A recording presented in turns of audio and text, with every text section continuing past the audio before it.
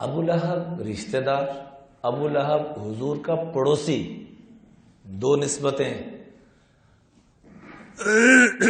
اور تیسری نسبت حضور کی دو بیٹیاں جو دونوں حضرت عثمان کے نکاح میں آئیں، حضرت رقیہ اور ام کلثوم۔ حضرت زینب سب سے بڑی تھی، پھر کیا نام تھا؟ رقیہ، ام کلثوم، اور پھر حضرت فاطمہ۔ تو درمیان والی دونوں بیٹیاں حضور صلی اللہ علیہ وسلم کا سمدی بھی، بیٹیاں چلی گئی، سمدی بن گیا، دو بیٹیاں ادھر، ہمسایا، سکا چچا۔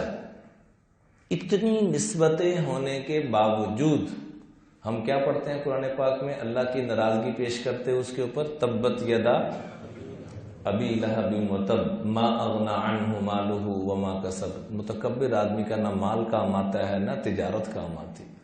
سیصلی نارا ذات لہب، یہ تو دوزخ میں جاتا ہے، تباہی میں جاتا ہے، برباد۔ دوزخ سے مراد تباہی بربادی ہے، ادھر کی بھی ادھر کی بھی۔ وامرأتہ، اور اس کی بیوی کا بھی یہی معاملہ۔ ام جمیل نام تھا، نام کتنا خوبصورت، ام جمیل، لیکن تباہی۔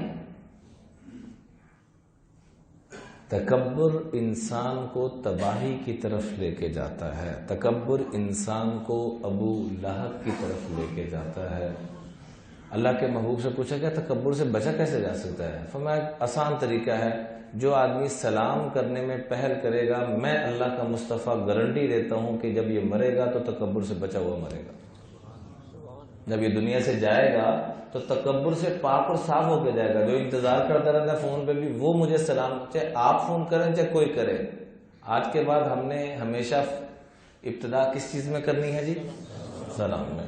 تو ابو لہب، تکبر کی ترتیب، رشتہ داری، ڈبل رشتہ داری، حضور صلی اللہ علیہ وسلم کی دو بیٹیاں، پھر چچا، پھر ہمسایا۔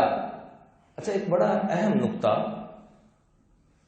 اور بھی بڑے بڑے دشمنان اسلام تھے، ابو لہب کے اوپر کیوں لعنت قرآن پاک نے ذکر کی ہے؟ بڑا گہرا سوال ہے۔ ابو جہل بھی تو دشمن تھا، امیہ بن خلف بھی تو دشمن تھا، بڑے بڑے دشمن تھے۔ اس کا نام کیوں ہے؟ تو علماء نے عجیب نقطہ لکھا ہے، فرمایا دو چیزوں کی وجہ سے، ایک اس نے رشتہ داری کی پاسداری نہیں کی، اور دوسرے نمبر پہ ہمسائیگی کا جو حق ہے وہ پامال کیا، اس کو کسی کھاتے میں نہیں لیا۔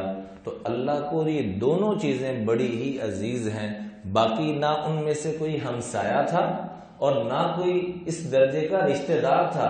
رشتہ داریوں کو پامال کرنا اور ہمسائیگی کے حقوق کو پامال کرنا، یہ دونوں چیزیں اللہ کو اتنی ناپسندیدہ ہیں کہ ایک معیار مقرر فرما دیا۔ خالی ابو لہب پہ لعنت نہیں، آج بھی جو رشتہ داریوں کو پامال کرے گا، آج بھی جو ہمسایوں کے ساتھ ظلم زیادتی کرے گا، وہ بھی ابو لہب کی صف پہ جا رہا ہے۔